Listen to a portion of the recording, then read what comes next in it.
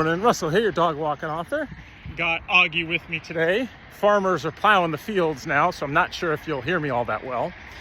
Today's topic is on the dreaded show but don't tell writing rule, which again, much like the advice of write what you know, this rule is one that you should not take literally, right? You cannot be showing every aspect of what's going on with your character. That would be boring, books would be too long. Don't do that.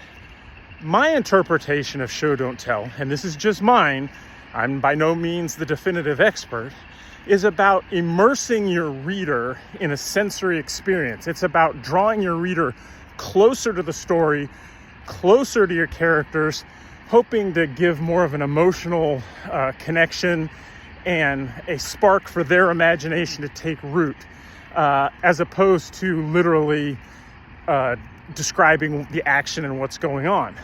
So I know we have some, kind of examples where it's perfectly acceptable. You can say, John received his rejection letter from Stanford and he was mad.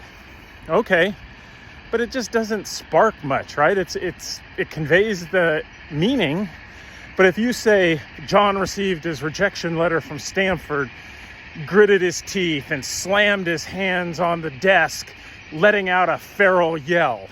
Now that hits you. That's, as a reader, you're like, man, this guy's mad. And you don't have to say that.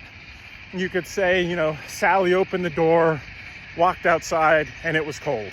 Okay, that lets you know what's going on, but it doesn't grip you. But if you say Sally walked outside, her teeth began to chatter, she wrapped her scarf tightly around her neck, thrust her hands into the pockets of her jacket, that gives you that visceral feeling that it's cold outside. You don't have to say it. You're bringing the reader in. They're in Sally's position, or they're in John's position when he doesn't get his rejection letter. So to me, that's what show don't tell is about. Curious what you think. Have a good one.